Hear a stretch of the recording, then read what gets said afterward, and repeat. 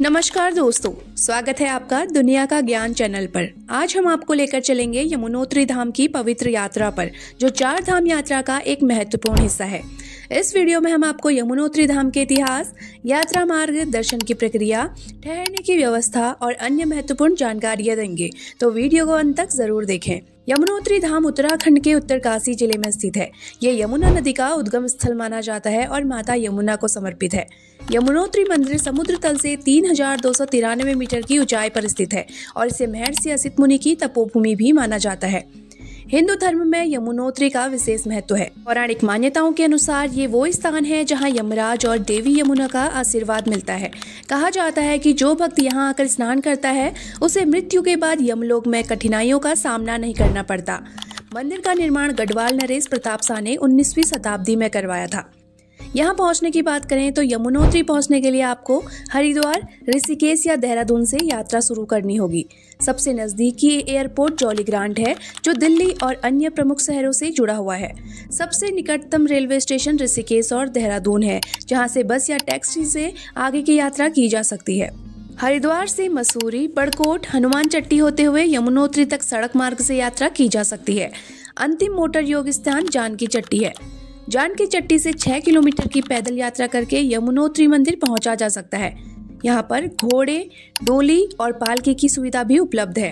रास्ते में पड़ने वाले दृश्य और प्राकृतिक सौंदर्य यात्रा को यादगार बना देते हैं।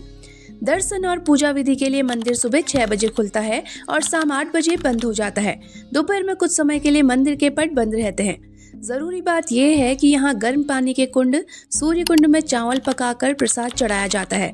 इसे कपड़े में बांधकर कुंड में डाल दिया जाता है और कुछ ही मिनटों में ये पक जाता है। इसे भक्तगण प्रसाद के रूप में ग्रहण करते हैं और यमुनोत्री जाने वाले श्रद्धालु यहाँ के कुंड में स्नान करके अपनी यात्रा को सफल मानते हैं। ये स्नान आध्यात्मिक और चिकित्सीय दृष्टि से भी लाभकारी माना जाता है। आइए आपको यात्रा के कुछ महत्वपूर्ण जानकारियाँ देते हैं। गर्म कपड़े जरूर साथ रखें, क्योंकि यहाँ का मौसम ठंडा रहता है और अचानक बदल सकता है। बारिश से बचने के लिए छाता और रेनकोट साथ लें, विशेष रूप से मानसून के समय में। ट्रैकिंग के लिए आरामदायक जूते पहनें और पैदल चलने के लिए फिटनेस का ध्यान रखें। अपने साथ मेडिकल किट और जरूरी दवाइयाँ रखें, क्योंकि ऊंचाई पर स्वास्थ्य समस्याएं हो सकती हैं।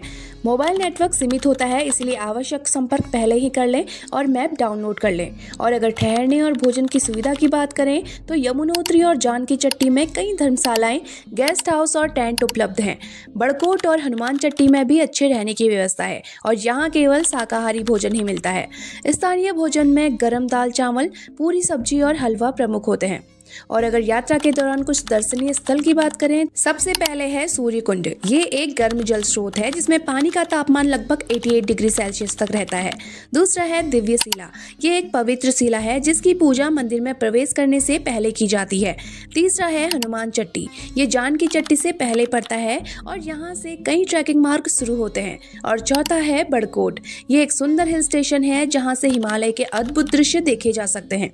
तो दोस्तों, ये थी यमुनोत्री धाम यात्रा की संपूर्ण जानकारी। अगर आपको ये वीडियो पसंद आया हो तो इसे लाइक करें, चैनल को सब्सक्राइब करें और कमेंट में बताएं कि अगली यात्रा की जानकारी किस जगह की चाहिए। अगर आपने पहले यमुनोत्री की यात्रा की है तो अपना एक्सपीरियंस कमेंट करके बताएं। मिलते हैं अगले वीडियो में, तब तक जय माता यमुना।